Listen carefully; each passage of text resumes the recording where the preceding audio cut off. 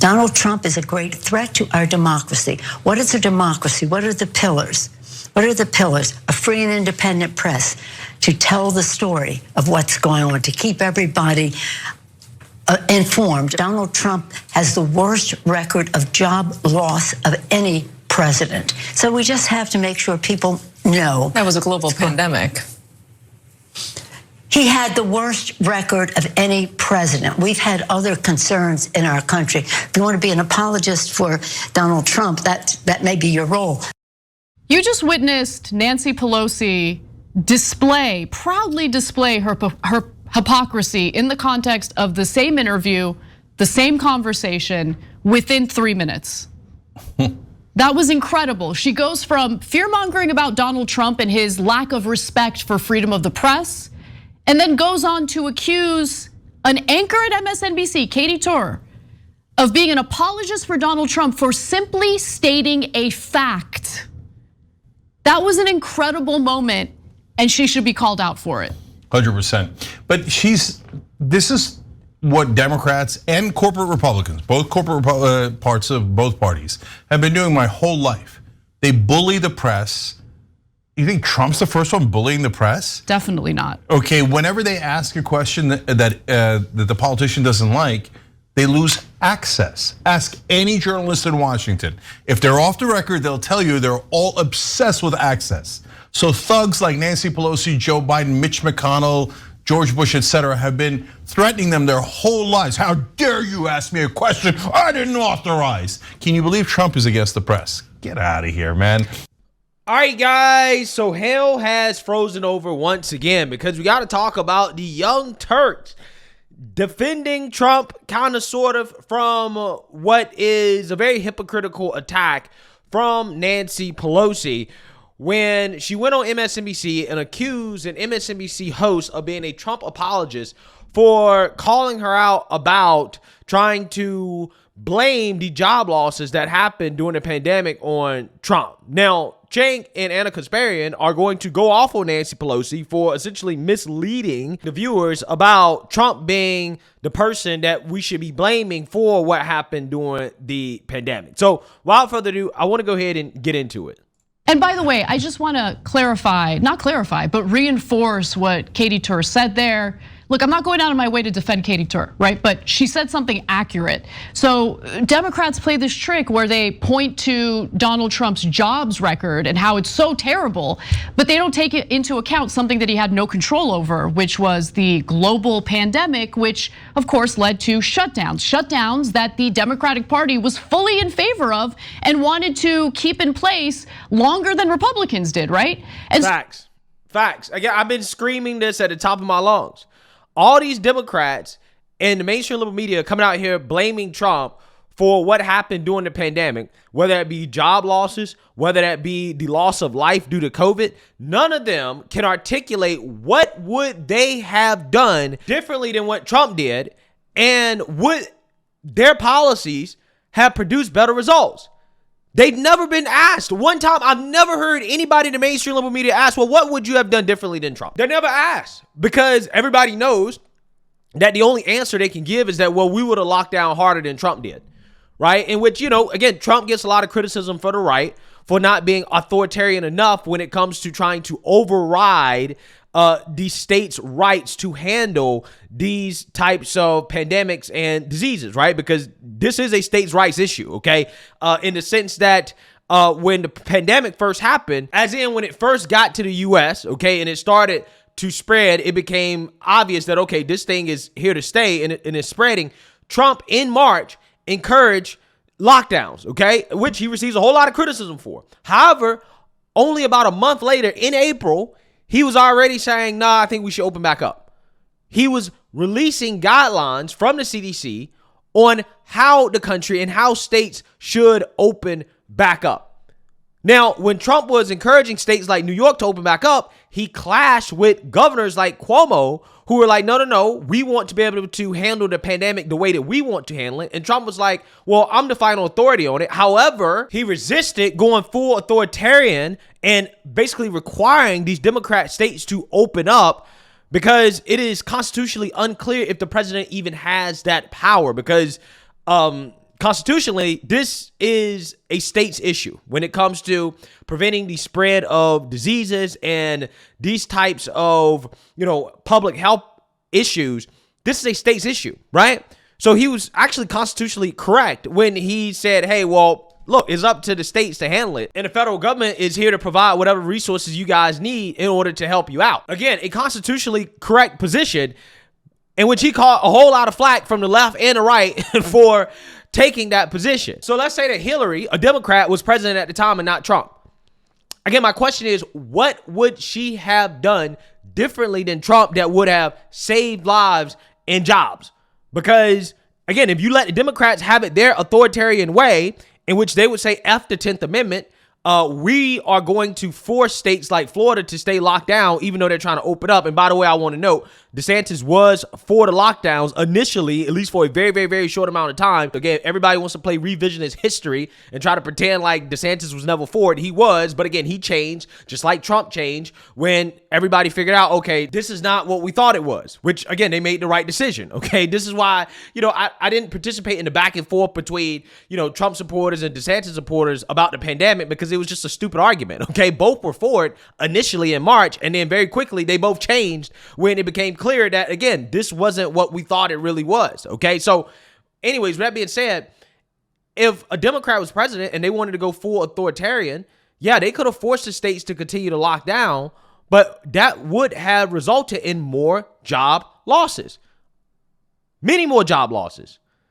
So when you blame Trump for the job losses, again, my question is, what would you have done differently? Because the job losses were a result of shutdowns that Democrats desperately wanted. They were criticizing Trump for not forcing more shutdowns, right? For not being more of an authoritarian. And again, this is why, I always laugh when people talk about Trump being some type of authoritarian, because I'm like, well, if Trump was a real authoritarian, the time to actually be one would have been during the pandemic, right? You would have known, okay? Because that was the time in which you could have got away with abusing executive power. I mean, that's what Biden did throughout his presidency and used the pandemic as an excuse to do so.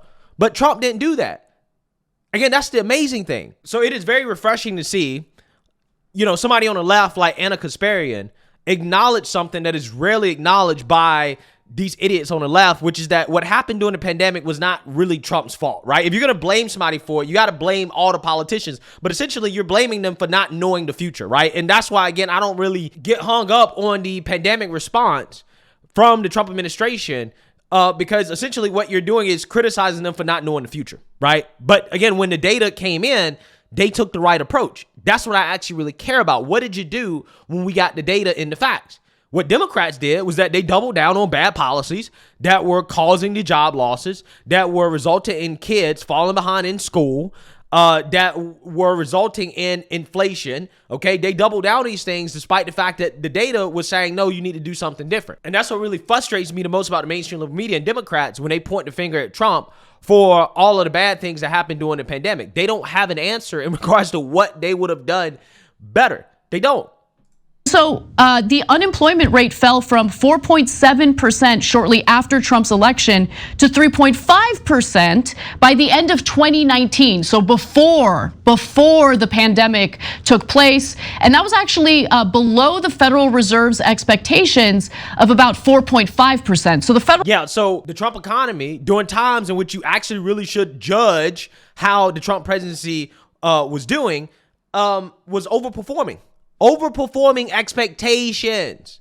Overperforming. The Federal Reserve was expecting the unemployment rate to be 4.5%, but during Trump's term, unemployment rate went down to 3.5% just before the global pandemic led to the shutdowns. Yeah, so technically Trump lost 5 million jobs in his term, okay? So I don't actually begrudge Nancy Pelosi for making that point. She's a partisan. She's one of the leaders of the Democratic Party. She's making a point against Donald Trump. No, and technically it's true. No problem. The part that I object to is her then calling Katie Tur an apologist for Trump for pointing out reality. For doing her job. For doing her job. And really, MSNBC are apologists for Donald Trump? That's so ridiculous. Okay, I mean, have you watched 1 minute of MSNBC? Okay, but the reason that Pelosi acts that way is because she's used to a lifelong, career of every journalist in Washington kissing her ass. Admiration. Yeah, and her nickname is Master Legislator. I mean, it's hilarious. She's gotten almost no bills passed in her 200-year career. They got Obamacare passed with like 60 senators and 59. I mean, they had super majorities and got 2 bills passed, Obamacare and Lilly Ledbetter. They're still bragging about that. I mean, they didn't get it.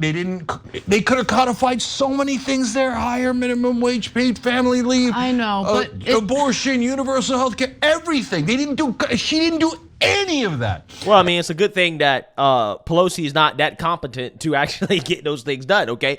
I don't agree with Cenk on a vast majority of the things that he just said that he's criticizing Democrats for not doing. Thank God they didn't do that, right?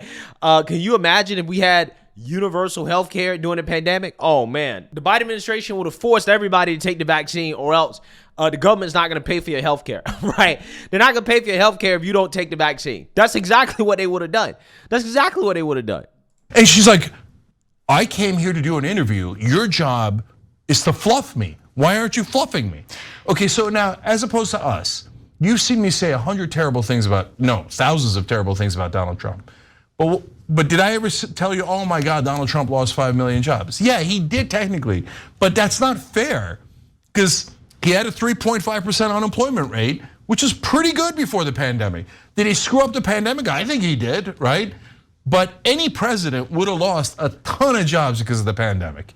So it's true that Joe Biden has a better unemployment rate than Donald Trump pre-pandemic. So and you've seen me criticize Biden a million times, but give Biden credit for that. But well, no, I'm not giving Biden credit for it because a vast majority of those jobs are artificial, right? One, they came back when Trump left office, right? I mean, we were already recovering heavily. We had recovered over half of the job losses that were experienced. And now Biden is spending so much money that a lot of the jobs that are being created under Joe Biden are government jobs, right? So it is public spending that is creating jobs, not private spending, okay? The private sector is experiencing mass layoffs, okay? This is why our GDP growth is stagnating. 1.5% for the first quarter of 2024 at an annual rate. Come on now. And then you have inflation continuing to rage. Again, this is stagflation. So no, Joe Biden doesn't get credit for fake jobs that the government is creating in order to try to hold up what should be an economy in a recession, right? This is why everybody's saying that, yo, I feel like the economy's in a recession, but the mainstream liberal media is looking at the fake government numbers. So, oh, the economy's great. The economy is amazing. Why isn't anybody talking about how great Joe Biden's economy is? It's because it's not great, right? It's because the numbers are propped up by government spending that's not producing real economic output. So no, Joe Biden doesn't get credit. Those job numbers under Trump were real jobs. Those were real numbers, okay? Real economic growth. There's a difference between economic growth driven by the government versus driven by the private sector. There's a huge difference. You gotta be fair.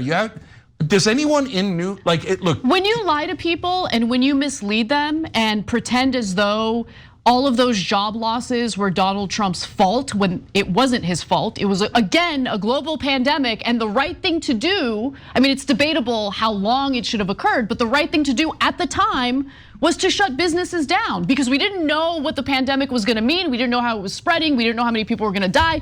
That was what was supposed to happen. That was the right course of action for a limited amount of time. And again, the amount of time can be debated, but the fact that she's being misleading, you think Americans aren't aware of that? When they see those kinds of lies, then they lose trust overall in the party that representative is representing, and that's the Democratic Party. They don't realize that. They think Americans are idiots. We're not idiots. So rather than touting what Biden has accomplished during his economy, she goes negative because that's all Democrats are now conditioned to do. Negative, negative, negative. Even when they get things done, right? Even when they have things to celebrate, their minds are not trained to focus on using that as part of their campaign. They've been focused on negative campaigning endlessly since what, 2015?